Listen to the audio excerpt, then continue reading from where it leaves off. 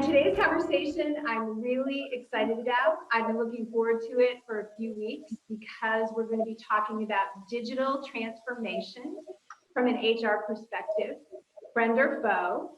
And this is a big conversation. It was a big conversation prior to COVID, and now, as we know, it's huge. And if your organization hasn't talked about it yet, I'm sure they're going to. And maybe you're even going to be the person to bring it to your company.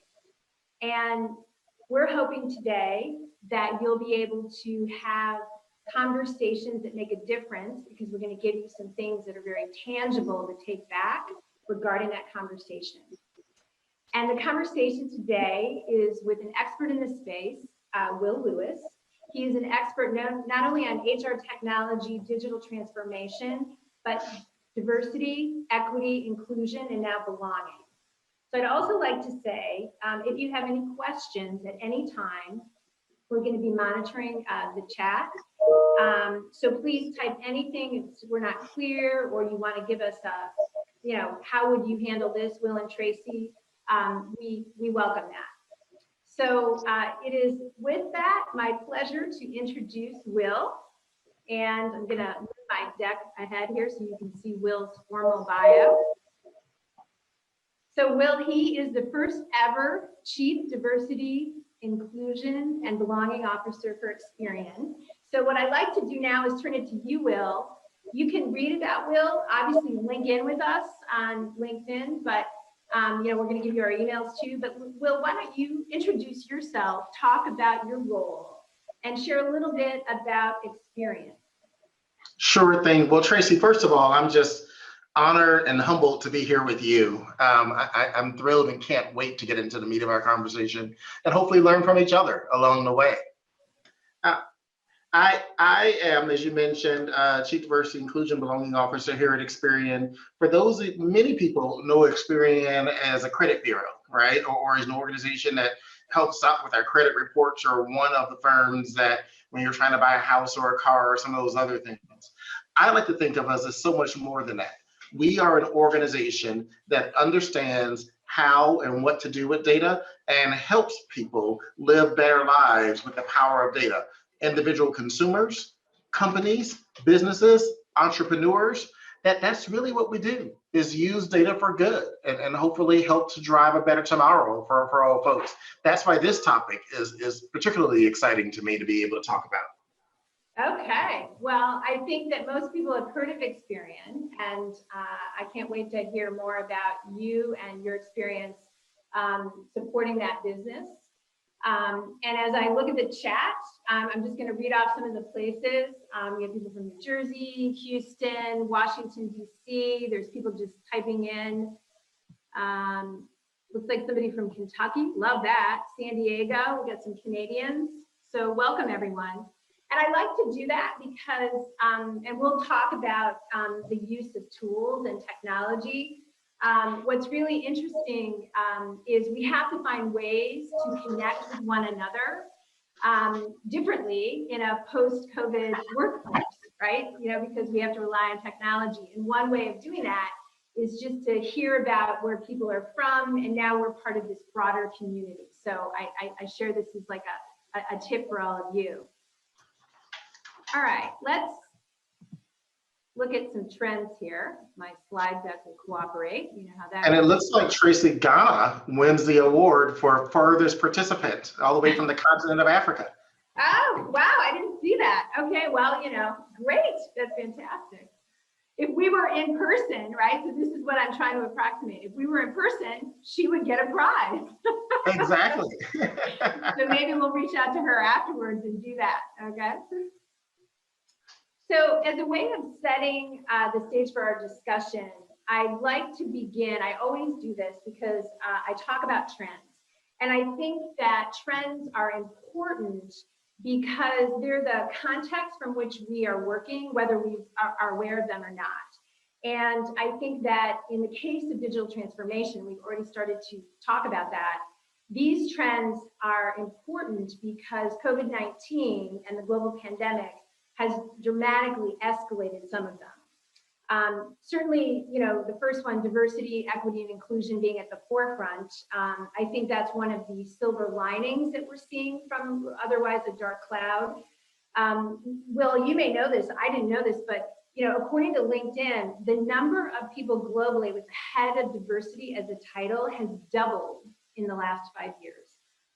Were you aware of that? That you're kind of in the, you know, the forefront of this trend? Absolutely. You know, I think it really, what's happened is companies have realized the impact of having a diverse workforce, and not just diverse from color of your skin or gender, but diverse from background, diverse in generations, diverse in know-how, really does help drive business impact across organizations. And I think we're really kind of seeing that trend manifest itself with people in roles like mine across organizations as they look to continue to make impact and be on the cutting edge. I got to tell you, Tracy, I find it, what I find really most interesting is how companies empower people that are in roles like mine as well. That's really the key, right? It's the key at any organization. There's one thing to have a role. There's another thing with how do you empower that role? How do you position that role and the impact that role can have on the business along the way? I think I'm really fortunate that I get to work in and with an organization and with a CEO who has been after this work for many years, long before I got here, and just kind of saw this role as the next step on the evolution. And fortunate enough that he brings me along with all aspects of the business, right? Not just people, but what are we doing with our clients and customers? How are we helping consumers externally? And also, how are we using the data that we house to really kind of help drive our business decisions that we make, and also people decisions? Because I think one of the things that far too often you can do is separate those two things from one another and think that they're in different silos, when really that they should be integrated for maximum impact. Yeah. Well, that speaks to number two. You just kind of unpacked number two. And again, why I was excited to have you join me today is I think you're an example of what you just described, which is HR being at the center. We did have a question come in specifically for you, Will, so let's take that, which is, with your, Will, your title included belonging. Please clarify its meaning. So that would be great. Could you talk about what that means? Yeah. You know, let's talk about that. There's all these words that tend to go around when one talks about diversity, right? Diversity, and then there's equity, then there's inclusion and belonging. And if you don't live in it, it just sounds like a lot of, gobbledygook, right? My gosh, there's more words, what's happening? Here's how I like to look at it. Diversity is counting the numbers, right? The diversity is just going on, counting the numbers and knowing how many women do we have, how many people that are LGBT, how many individuals with disability, and so on, how many. That's really what diversity is. Equity is taking a look at the processes and the procedures you have within your organization and removing roadblocks roadblocks to parity, roadblocks to equity, things that will stop people from working from an equal playing field and having equal opportunity to access greatest potential and help drive the organization along. Now, there's these two other words, which are inclusion and belonging. And I swear I didn't plant this question, but I love it. But there's two other words, which are inclusion and belonging. And that's the one that people get tripped over a lot. Here, what I like to think about this as, let's just think that you were having a dinner party. Back when we could have dinner parties before the pandemic. You were having a dinner party and you call your best mate up and you say, come on over, I'm having a dinner party and a couple of folks, and your mate says, I'd love to be there, but I have a new partner, I'm dating someone new. Is it okay if I bring that person as well? And you say, sure, bring your partner along with you. Partner comes over, partner sitting over on the couch and everyone else is sitting around the table or in someplace else talking, but you included that person because you invited them into your home. You included them. They don't feel like they belong. They kind of feel like an outsider, right? They're sitting over on the couch alone. You all are all giggling around the table with some inside jokes and things like that this person doesn't know anything about. Now, belonging is when you invite that person to the table, right? So you say you have your inside joke, but you say, let me tell you about what happened. And you kind of explain to that person why you all think this is so funny. or you engage the individual in the conversation to gain their perspective. That's that's how I kind of think about the difference between inclusion and belonging, and it applies to the workplace, right? You can go out and say, well, I hired 50% women, right? But if none of those women have a voice at the decision makers table, if none of those women are able to help influence and chart the direction of the strategy of the company, there's not this sense of belonging. You included them because your numbers went up, right? And they're there, but they don't have a sense of belonging. Our goal should always be to create this environment of belonging, which is really why I was so passionate about belonging being a part of our strategy here at Experian. It's critical. I think it should be critical to any company, really. Yes. Well, I love what you're saying, especially inside of the trends with remote work, and we're going to get into that, the impact of remote work, because I think that's one of the again, you see it here, the trends. And by the way, there's lots of studies. For people that know me, I'm a sort of a person that loves, my love language is what you said, counting the numbers. I love it, but it's more importantly the story. So what I tried to do here is pull together what I think are the key aspects that we need to think about when we're thinking about digital transformation. And certainly remote work and belonging is a key piece of that. I'm so happy that question was asked.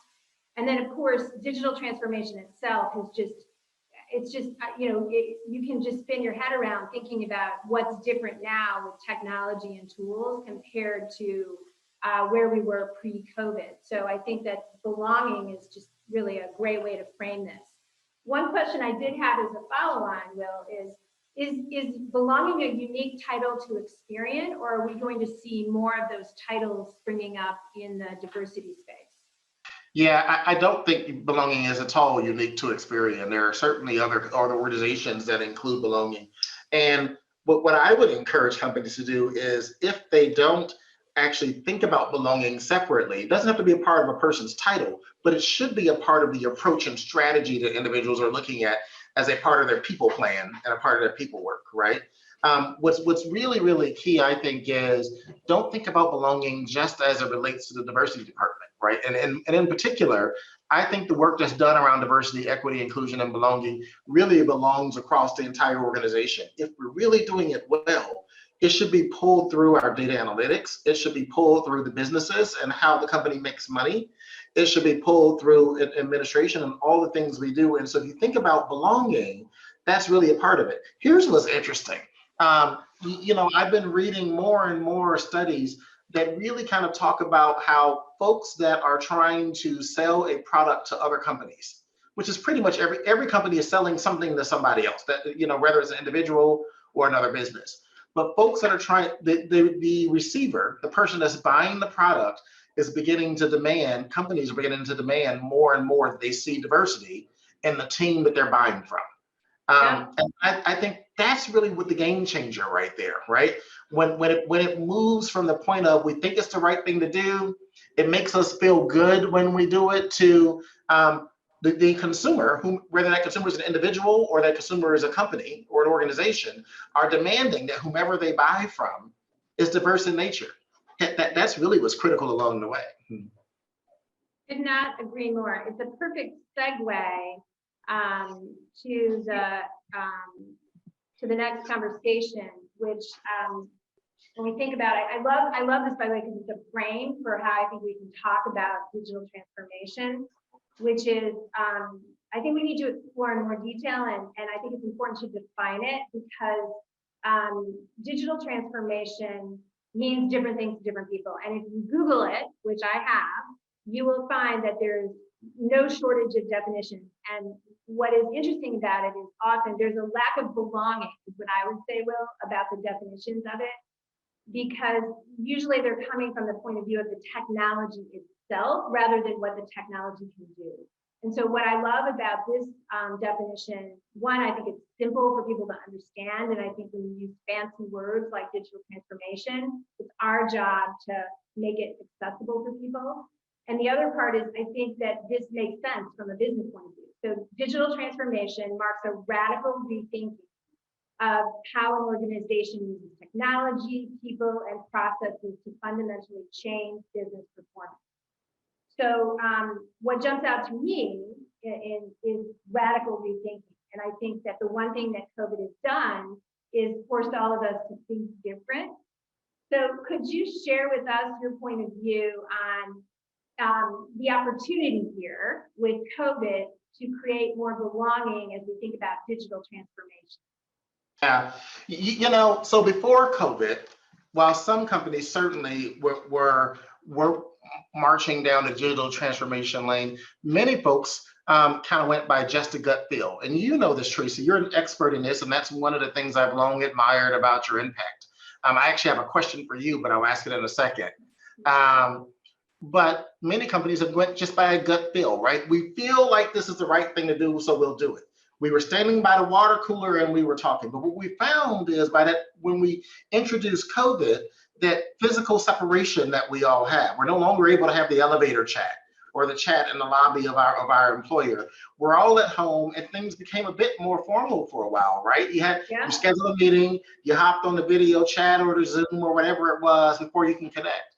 And what all of us learned rather rapidly is we had to embrace technology to be able to move at the same pace as we did before COVID to deliver on the same thing. But what we also learned was that there were some things that we were doing that could be informed by data, or B, be leveraged through technology to help us move forward. And then finally, that there were probably some things that we were doing that we could do more efficiently. And more efficiently doesn't necessarily mean fewer people. What it means is people that are skilled differently, right? Okay. And so you can skill your people differently. Same people, you can teach them a skill that's different from the one that they traditionally had to help you move forward in that digital transformation. Now, let's pull the cover back on that a little bit, because your question was around difference before COVID and during COVID. An example may be that before COVID, many of us kind of said we want to upskill our managers, right? We felt like there was a need to give our managers more skill in how to manage people, because our frontline managers are the lifeblood or a lifeline to our company's impact. And before COVID, you would have flown everybody in from around the world, wherever they were, and you would set everyone up in the room for 2 days, and you would teach them, a really powerful management learning process and approach. Here's what we now know. What we now know is that many companies have figured out how to thrive and not be in that room together, firstly. Secondly, the likelihood that everyone's going to go back to the same way that it was before COVID, and in some organizations, is probably slim, right? And we're not all going to pack back into the office here and sit shoulder to shoulder like we did before. Some may, because the nature of their business requires them to, but many will find themselves in a place where they're in a hybrid work environment, working from home some of the times, working from the office some of the times. And in some cases, we realize don't need to all be in the same city even. So it expands your talent pool where you can find folks as well. So the question becomes, post-COVID, how do you do that? And I think the answer is technology, right? Okay. It's not just technology through video chats, and it's not just technology we use to connect on Microsoft Teams or WebEx or Zoom or whatever it is your company uses, but it's also, how do we measure the impact of what we're doing? Because I know that someone out there is thinking, gosh, as we go through this change, how do I know I'm still getting the same traction? How do I know that I'm still doing the same thing? And I think that's where a well-chosen assessment on the people impact your organization having really goes a long way, right? It's really doing an assessment on, here's what we said our goal was and how we think our people should perform, to the end, or really kind of points along the way that say, here's how we can achieve maximum impact, and here's what we're doing, and then telling that story with data. So my assertion is, as you think about digital transformation, it's not just the things that hit us at face value, right? The tool that we use to connect with each other. But instead, it's how do we measure the impact of our efforts, and how do we use data to tell that story? With that in mind, and like on my team right now, I have a position open. Yes, this is a shameless plug, but I have a position open on my team right now for a data storyteller. Someone that understands data to the point where they can take raw data and tell a story in PowerPoint about that data that then connects with senior executives or other key stakeholders around that data. That's really what I think about when I think about digital transformation, Tracy. Now I mentioned you're an expert at this. You're an expert. So, I know you're supposed to be asking me questions, but that's not good enough for me. I want to ask you the same question. Like, what do you think is going to change post-COVID? Well, it's a great question, and if you weren't going to plug for the Experian role working on your team, I was, because when Will was telling me he had an opening, I was like, oh, maybe I'll do it, because it just seems like so fun to tell stories with data. Well, what I would say to answer that about digital transformation is I think that it's a friend if you really embrace what you and I are discussing here, which is what this definition is, which is around having the people think differently and the process think differently. And I think that you have to really get underneath the skills and how people are engaged with what is required to use technology. And so we can talk more about that later when we talk about specific, how do you do that? But I think what I've seen early on in the pandemic, and there's lots of research on this, is that people were dramatically escalating. In fact, let's move to our next slide, because it's a perfect segue to talk about this. People were escalating their technology spend, and these are, to understand where we are now, I think we have to really have the context of what are some common technologies that people use in the HR space. So, regardless of the size of your organization, you're using these types of systems, either directly, I know at Experian, the bigger, you're using enterprise-wide applications. I think at smaller companies, you're probably either have a service level agreement with a provider, or you're part of a professional employer outsource framework, but you're using them, right? And I think that what has happened is that the focus was not on what you just described, it was on just getting the tool going. So it was all about, do we have enough Zoom licenses for the people, as opposed to really understand, they weren't measuring the impact of what was happening with the implementation. And I think that the opportunity is to do exactly what you're saying, which is, so what? So what that you have enough Zoom licenses with breakout rooms for your entire staff, is whether or not they understand how to use them in a way that forwards what their conversation is about. And so one study that I wanted to just bring up on this one, and hear your thoughts, and I'd love to hear, from people in the chat too, is according to Lighthouse Research. So if you don't know Ben Eubanks, he's really done a great job at surveying the landscape on this, and he's got several on his website. So it's Lighthouse Research and Advisory. So his premise from doing some analysis is that the number of HR applications in use changes the outcomes people see, and dramatically increases complexity, which I have lived being part of big corporate. I think you are your data person has got to understand this, okay, more than they probably want to. And the point is that as there's multiple systems, it gets harder to get a sense of the real truth and then make complex decisions. So talk to me about that. We could spend another hour on this topic alone. So talk to me about, as complexity goes up with the number of applications, the quality of data goes down. Do you agree, Will? And you're on mute. I'm not sure. We had a bit of a power surge and everything went wonky for a second there, but can you hear me now? Yeah. Okay, great. Well, look, I will. It's so funny because I actually agree with Lighthouse in this case, that essentially the more systems you have, the more complex the world becomes for you, right? And the more difficult it is to manage. And also, and I bet that there are some people out there that are listening in. What happens is you get different data, right? Because one system gives you one number, another system gives you another number, and then inevitably, some senior leader in your company says, well, why don't these numbers match? And then you feel as if you have egg on your face and you're like, oh crap, right? So here's what I would say. If you work in an organization where you haven't outsourced this to someone and it gives you a singular number, and you have these multiple systems, as much as possible, you need to be sure the systems are kind of integrated and talking to each other, Okay. And if you would, so that's kind of point one. So if you're at the point where you're implementing a new system, or you all are thinking about sending out an RFP for a new system, ensure that you have integration as a part of that, and don't try to run each system in a silo as a part of it. That's the first thing that I would say. Now, secondly, let's say, Will, that's fine and dandy. We can't afford to do that, right? We don't have the money to be able to drive integration. I barely got the funding to be able to be able to put these systems in this one system in place as it is, right? So then the question becomes, that means you're going to have to manually make sure you have the time as you extract data and information from these two systems, is to pair them up and to be sure that they're telling the same story before you go public or before you go internally public, right? Talking to other key stakeholders about it. What does that mean?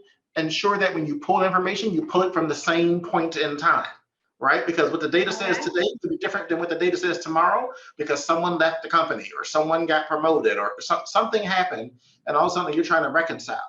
Pull the data at the same time and make that point in time your marker from there on. You know, and kind of set the expectation with senior leaders in your organization that we're going to have data that's current as of the last day of the month at 11 p.m.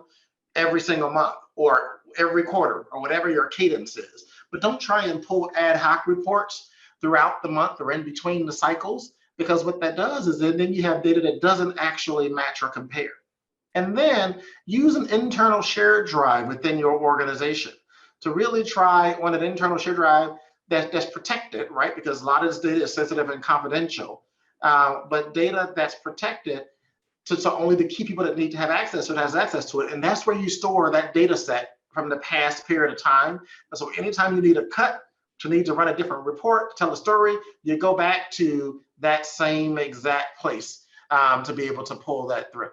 Now, here's the other part. Sometimes we get really in HR, we can get really caught up in our HRS system and our payroll system. Then we forget about some of the other things that are also important, right? So workforce management software, depending on the company, that workforce management somewhere sometimes is embedded in the business and not in HR. And it doesn't talk to any of the HR systems. And you may not even be having conversations. If you are with a company that has a contact center or a call center, or kind of a production type of environment, that's where that workforce management software tends to come in place. What's really key is trying to be sure the information from that system ticks and ties with your other systems as well, as a part of it. Meaning, again, try and integrate, but if you can't integrate, reconcile. Integrate in an automated way if possible. If that's not possible because of your budget, reconcile the data. Go with those same timestamps, those same markers along the way that you need to do as a part of it. And then don't be afraid to go back and check the efficacy of what you're doing, right? So this is our process, this is what we're doing, but are we getting to the desired business outcome that we want? You know, so be sure to test the impact of what you're doing as a part of this entire process as well. And then here's the last one. Sometimes organizations have really robust and big systems that have rewards and recognition built into it, performance management built into it, talent analytics built into it, HR case management. But guess what, Tracy? They don't use all that stuff. They use the payroll part, and they may use the vacation part, but then they have all this other things that they really could be using. And some of it is because I'm scared of technology, or I just don't have the time to absorb all this technology. I don't know what to do. You really benefit yourself and the organization to kind of carve out the time and decide how can we apply this in our workspace. And let's just be honest, it's going to take some time up front to be able to dig into it. It's going to take some time up front to be able to understand it. But once you kind of have it going, and once you have an appreciation and understanding of it for you and the folks that you work closely with, it really pays off dividends along the way. Technology is only as good as we use it. Yeah. Now, and here's the last thing, and you know, I keep saying turnabout's fair play, but there's also this part around talent analytics and assessments, and right, some organizations out there are like, gosh, I'm just managing to get my arms wrapped around what I need it to be wrapped around just to get the payroll run, right? But I also seem to have this problem with turnover. How can technology help me with turnover and reducing my turnover issue or my attrition issue that I may have with the organization. And I think that's where talent analytics and assessments come in as well. And I guess this is my question for you, Tracy. Have you seen companies use talent analytics and assessments to be able to kind of help tamp down attrition and turnover? Absolutely.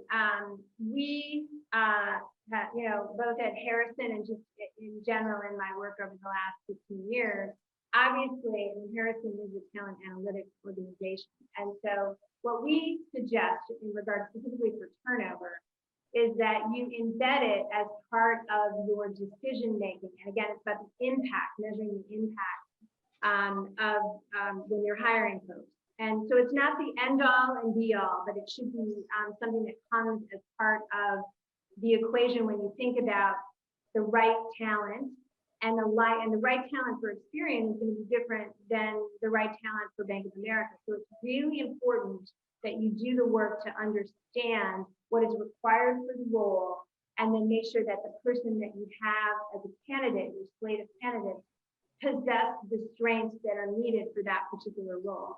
And there's really, if we're talking about it from a belonging, I just have to give Kevin a shout out here because Kevin was sharing, when we were talking about belonging, he was saying that his DE&I program for his company is entitled the Belonging Program, and they're on a journey of belonging.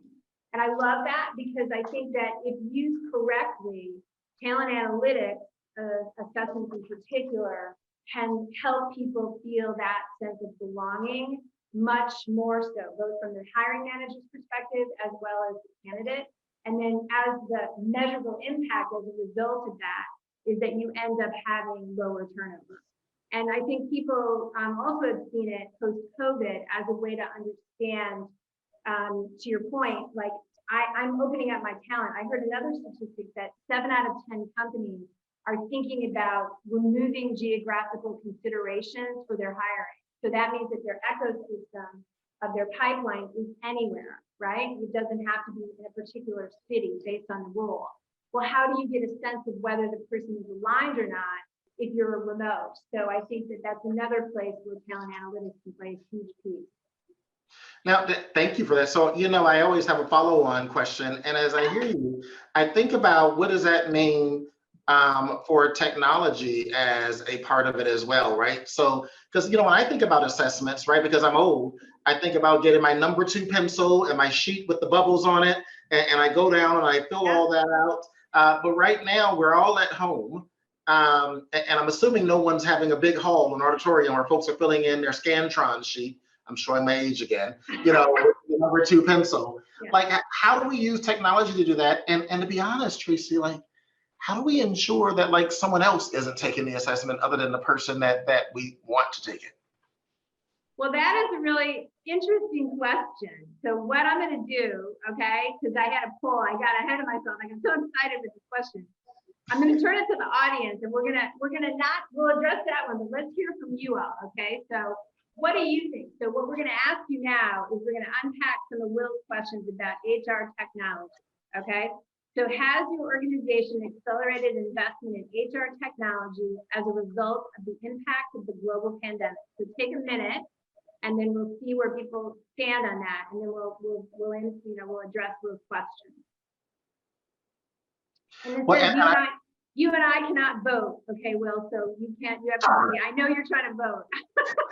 I was like, where's my mouse? Right.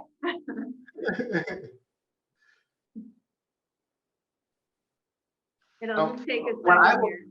I will tell you that I am so excited about this topic and what we're talking about because I could just go on for a while, right, on this hour. Okay. I need a drum roll. Okay. So 60% say yes and 40% say no.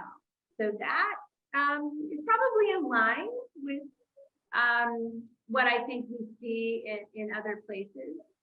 And I think that the questions that you're raising around how do you ensure, I'm the person that's actually taking the assessment. I think let's come back to that when we start to unpack HR data, okay?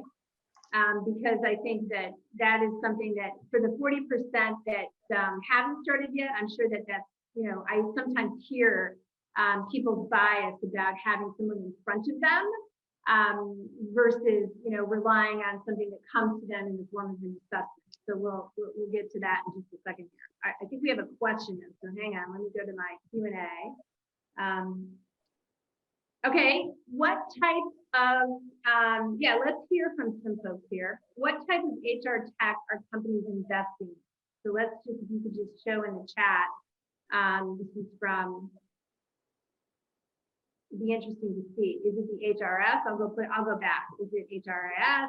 Is it, there's been a big spike, to your point, Will, in workforce management, learning management, and talent analytics spending. I mean, everybody has to pay their people, so that's not necessarily, you know, an increase. But there's a saturation point as well, right? When you think about the learning management tools and some of the other things, right? And we see companies that say, oh, we have a learning management system and it has, you know, 5,000 different articles. But if I'm an employee, I'm not gonna comb through 5,000 articles. And I think that becomes one of the things as a part of your rollout and how you engage employees is really trying to make it relevant for them and give them right on time information, as opposed to checking the box and say, yep, we did it. Now let's move on to the next thing. How do you make it relevant to them? Well, that's going to be our next topic. So, okay, here we have LMS, which is not a surprise. It's been a 43% increase.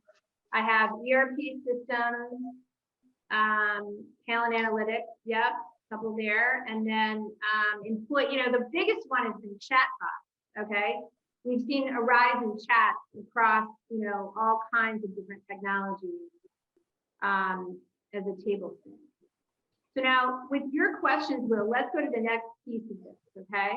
Which is really, if you think back to Westerman's definition about technology, radical rethinking, it is really about the people and the process, which is what you're starting to you know, kind of highlight for us. And one of the things that I think has been great for HR, and it's also caused you know, HR to be at the center of the discussion, is that I think it's finally dawned on a lot of business leaders the importance of having a great employee experience, which is really what you're starting to describe. What has to be true to have your digital infrastructure have a great employee experience? And so putting employees at the center is not a table stake anymore. It's really, and you've said it, it really has to be the center and the strategy, particularly when we frame it under belonging. So it's done well. What's interesting, it actually escalates adoption of the technology. Yet so few companies still think about it. Now, one of the things that I read that I'd like your advice on is that HR and IT aren't in the room together when they make decisions. According to 1 in 5, it's only 1 in 5 teams.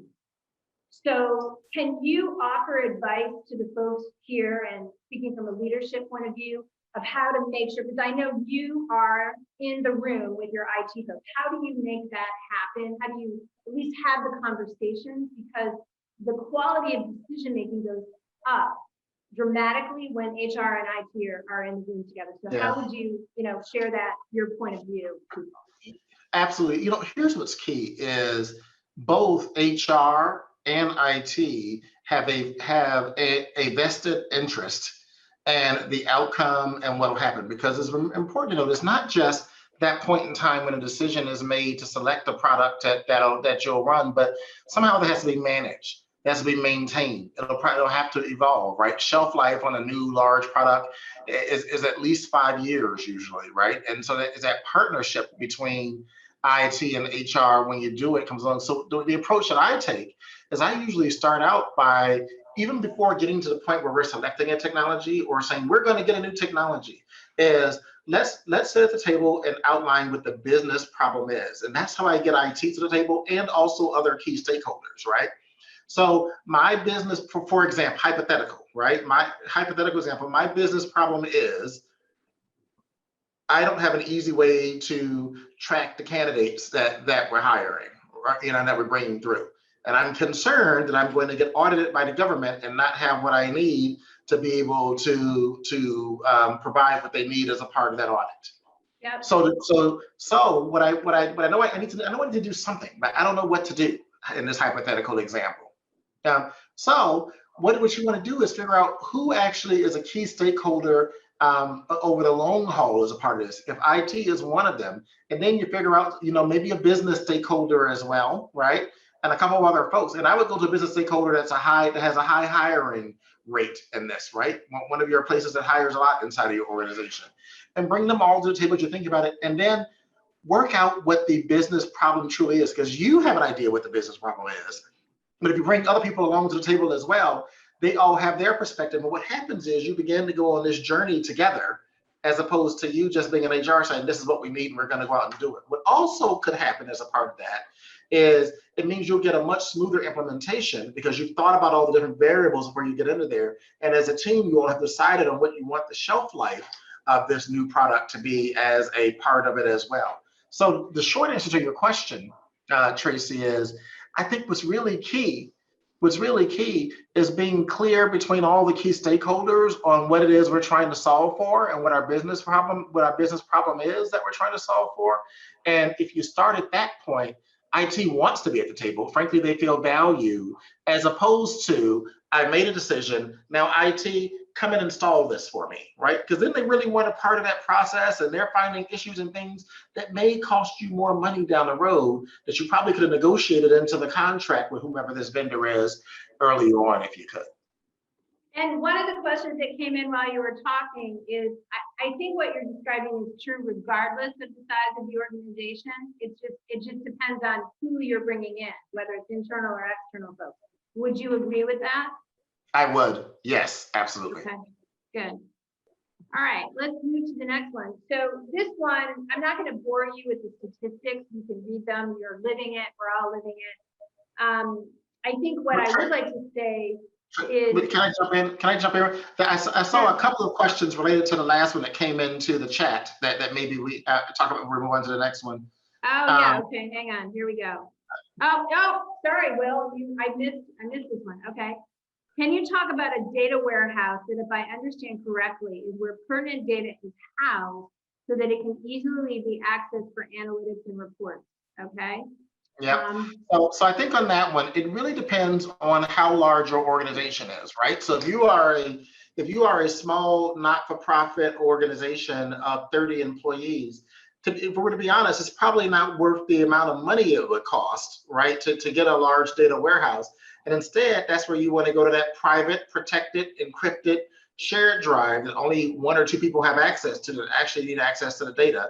And that's where you kind of store your Excel spreadsheets and things of that sort of there. Because you have to be willing to size for where your organization is. Now, if you are a larger organization, that'll probably have larger data demands over multiple jurisdictions or potentially multiple countries, that's where you want to invest in probably one of those larger data warehouses. I know that many companies, for example, use Oracle to do that and kind of be their data warehouse. And what happens, they often do, is they connect. A couple of slides ago, Tracy had a list of the different type of systems that many HR teams have: payroll, talent analytics, and et cetera, as a part of that. What they've done, many companies, is they have attached those different applications to the data warehouse. So all the data comes out of, maybe Oracle or another, they're not the only one, there's other solutions, comes out of there, as opposed to setting up an outfit where each system independently holds their own data. Put all the data in the same place, connect those individual systems to that data. That way, you're always getting clean data from the same place over and over again. And also, you're kind of working by that point in time repository as a part of it. Here's the other thing, and there's probably an IT person that's listening in on this. But always have a disaster recovery approach in place. If that server gets corrupted, what happens? If it's stored in the cloud and something weird happens, what happens? And at least daily, you need to have some kind of disaster recovery, where if you have a physical server that is backed up to some server that's someplace else in the world, right? So if a tornado goes through wherever that physical server is, you need to have a secondary physical server that's 1,000 miles away, so you don't lose all your information. If it's in the cloud, you need to have a secondary backup someplace else. So you do have some backup for what you're doing. That's just kind of, that's not the question, but I think that's an important point as you think about data warehousing. No, I think it's great. And there's one other question for the sake of time, because and you and I talked about this, we could talk about any of these slides for a long time. I'm going to move to this, to asking you, and then because we kind of answered some of it with the data warehouse. We'll come back if we miss, this is one in particular about budgets. So what I wanted to talk about though now with this, Will, is one of the categories, you know, here's the state of HR tech, here's the state of remote work. They've kind of collided, and there's a whole new category, and I want you to speak to this, which is called DE&I tech. And I'm going to give you an example. You may know this company, companies like Curo, which is a compensation management and pay equity software. And, you know, Fairy Godboss is another one. Membership models like the Chief, which have the technology component to it. It's really shaping, and the investment is extraordinary. There has been an 80% increase in funding in DE&I tech startups over 2019, okay, which is stunning, huge opportunity. So what I'd like you to share with the group is, have you thought about, when you're thinking from an Experian budget perspective, any new applications like a Curo that didn't exist 2 years ago that you're now thinking should be part of your, again, remote work, employee experience, engaging, you know, the belonging conversation? Anyone in particular that you like or know of? No free commercials. But what I will say is that we're always looking to assess what applications are out there that can really kind of help us move to the next level. And part of that assessment is, can we do it ourselves? Can we build it ourselves? Is it cheaper and more efficient to go buy it from someone else to help us drive forward and get what we want to achieve and what we're trying to deliver? And you know, I know I sound like a broken record, but we should always start with the end in mind, right? And so the question becomes, what's our business objective? Why are we even considering it? It can't be just a gut feel. There has to be something that we're trying to solve for, and then that ultimately will tie back to the business and support the business that we are part of. See, one of the things that I often counsel on is we can't think in our HR silo as we do work. This has to be something that when you're talking to your board, when you're talking to your C-suite, when you're talking to your CHRO, that the conversation is around, I want this because I think it will help the business in this way, and here's the problem that I'm trying to solve. I call it building a car, right? What's the circumstance that I have that I think I need this? What actions am I recommending taking? Getting a new system, building it ourselves, and then what are the anticipated results? Every single thing we do, including thinking about different potential software providers that are out there, should kind of have that methodology in place. What's the circumstance, why I want it? What actions am I recommending we take, buying a new software, and then what are the anticipated results as well? Yeah, and I wanted to address a question that came in because, and again, I want to give you information that you know is now you're increasing your knowledge about this topic. It's DE&I tech, so diversity, equity, inclusion, but I'm sure there's going to be belonging, okay, tech. And so there's been it's triple the investment in the space. And I just picked Curo as one example, which is basically designed around, it's not a traditional compensation management tool, but there's lots of these types of tools out there. And I just, you know, again, from Will's perspective, it all comes back to what are you trying to do? But before COVID, we didn't see quite the level of investment by the market in this type of technology. And so I think that you'll be seeing a lot more as people like Will come to you and talk about his tech stack inside of Experian. You'll be seeing a lot more of these tables. And I said no free commercials, but there is one organization, as you think specifically about DE&I and technology that can support DE. Like there's ones a lot of the large ones, if you think about different components of our employee life cycle, Yeah. have now DE&I components that are built into it or become more prevalent as a part of it. And then a lot of companies are like, how I manage my ERGs. There's a group out there that's run by a man by the name of Haven Cochran, who like has this technology that helps you manage your ERGs inside of your organization. If you just Google Haven Cochran, his name will come up. Tell him that Wil Lewis sent you. I haven't talked to him in about a year or two, but he has technology I think that's really, really helpful. And my gut tells me it's poll time, Tracy. Yep. Sorry, my poll, like I got excited and it moved ahead.